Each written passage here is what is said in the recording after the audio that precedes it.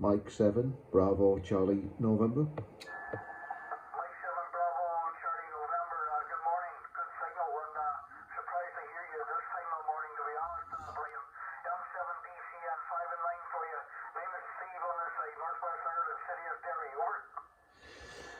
Yeah, good morning, Steve. Well, you're doing certainly doing a good job over here as well. Also 5x20 dB. Just been experimenting with a few different antennas since passing the exam, and set up a DX Commander a few months ago, and was playing around with it, and to be honest took it back down, and quite frankly thought it was rubbish, and then set it back up again a few days ago, and only have the 40 meter, the 20 meter elements on it at the moment, and stuck down about 200 meters of radials, and I'm absolutely blown away, Steve. Absolutely blown away. It seems like if I can hear somebody, they can hear me, so I'm very, very happy. Mike, India 0 Golf Tango Alpha, I believe the call sign was, M7 BCN. Roger, Brian. Yeah, congratulations. They guys doing a fantastic job for you, okay? I believe that's the thing with those DX Commanders, that they need a lot of radios on them, so you've hit the nail on the head, okay, Brian? You definitely done a good job with it second time around, so they always say persevere with it and you'll always get it in the end, but you've hit the nail on the head there, so no worries on that score. I was actually thinking about one of those myself, to be honest. I'm still not 100% sure, because in my backyard, it's only the size of it's only a postage stamp size, so I have a hex beam up there on top of the gable wall there, which is about 25 foot above ground level, but the QTH is 68 meters above sea level on top of a small hill here, so that's the tower basically underneath the hex beam. The 68 meter ASL above ASL, sorry, Brian. But yeah, I was actually toying with the idea of getting one of those for 80 and 160, and well, not 160, but for 80 and 40, because I don't have any room there for the dipole on those two bands, and I need well, not that I need them, but I miss them, especially 80 meters at night time. But anyway, yeah, good stuff on the antenna, Brian. At least it's working a treat for you, like. And congratulations on the license as well. I was an MI0 call. The foundation license I had was back in 2002, so almost 20 years now. But I didn't get my full license until 2009. Because over here the club that I was in at the time, they didn't run the full license course. They got the foundation and the intermediate okay, but I had to go to Dublin. I did the HAREC exam in Dublin, and I got my full call sign through that then when I passed the exam down there. So anyway, that's all in front of you, Brian. So I dare say when the time comes around, you'll have one of the G calls. Anyway, they're issuing the G calls again for the fully licensed guys coming up on the tier system. M7BCN MI0GTA, over. Yes, all received, Steve. Very, very strong. Actually taking a recording of this, actually doing a recording, which I'll probably upload on YouTube later on if you've got no objections. But yeah, I've got the intermediate booklet, Steve. The problem is, I'll be honest, is the motivation and the enthusiasm to be able to do it at the moment. I'm kind of spending any available time messing about with pieces of wire. Made various different contraptions. I've got a 20 meter long wire up at the moment.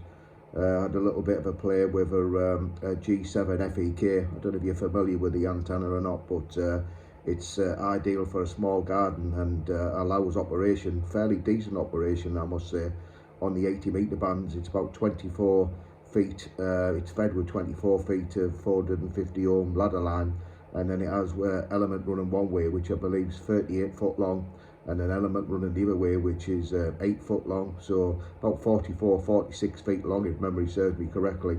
And it does work quite well on the 80 meter band for the size of it, which is quite surprising.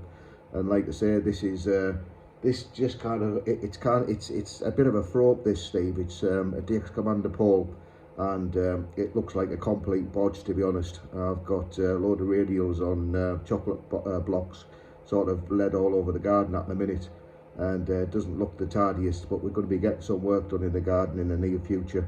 I'm going to be putting some chippings and that down, so I'll probably get some wire which is a little bit better, only using speaker wire, and then got a 40 metre element running up the top of the pole and back down a little bit, a few inches at the top, and then a 20 metre one. And like I say, we had a little bit of a play with it a few months ago, and I just thought it was absolutely rubbish, to be honest with you, and doing a little bit more reading up of it, and fortunately I was able to knock some extra radials up whilst I was at work, again just speaker wire, so very, very cheap.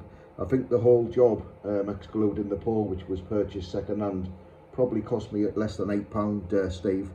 And like I say, I've had a couple of contacts in USA on 20 metres, and it just seems that basically if I shout somebody, they're coming back to me. I'm getting nerd, Steve, over. Roger, Brian. Yeah, that's the good thing about, you know, when you're doing your own antennas, you can get those to sing just as well as a commercially made one.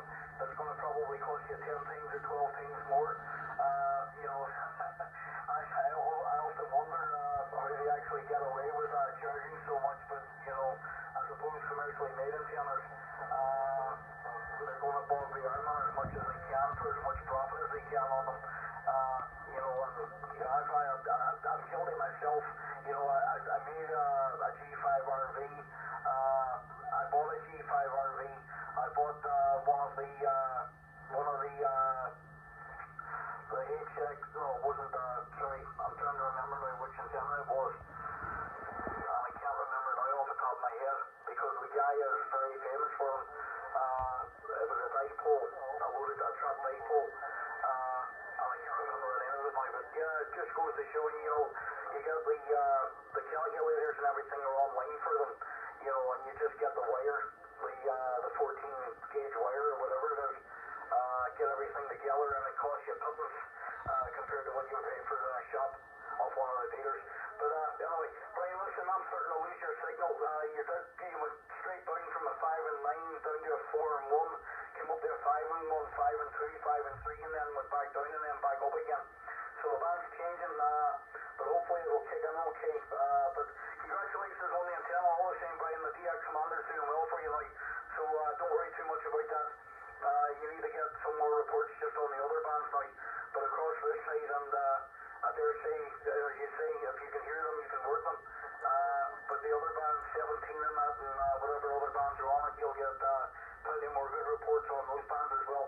But Brian, listen, I wish you 7-3. There's another station, Tango Sierra Alpha, also called Breaker as well. So just while the propagation's there, or if it's still there, I'll go to Tango Sierra Alpha in a second. But 7-3, Brian, nice to meet you this morning, and have a good weekend. Stay safe and well. I'll see you later on M7BCM 73 MI0GTA. Over. Yes, okay, it's been a pleasure speaking to you, Steve, and hopefully we'll do so in the future. You're rock solid signal, by the way. You're not kind of moving very much on me at all. But pleasure speaking to you, Steve. Nice to get you in the log, and hopefully we can do so again in the future. Take care. 73 from Mike 7 Bravo Charlie November. Roger, Brian. Yeah, no worries. I'll get a look at the YouTube video later on. If you put it on there, I'll get a look and listen. It's strange when you hear your own voice on the video, but I've heard it a couple of times and it sounds weird. But 73, Brian, have a good one, and congratulations again. Welcome to the HF bands, M7BC and MI0GTA. Bye-bye. Take care, Steve. 73.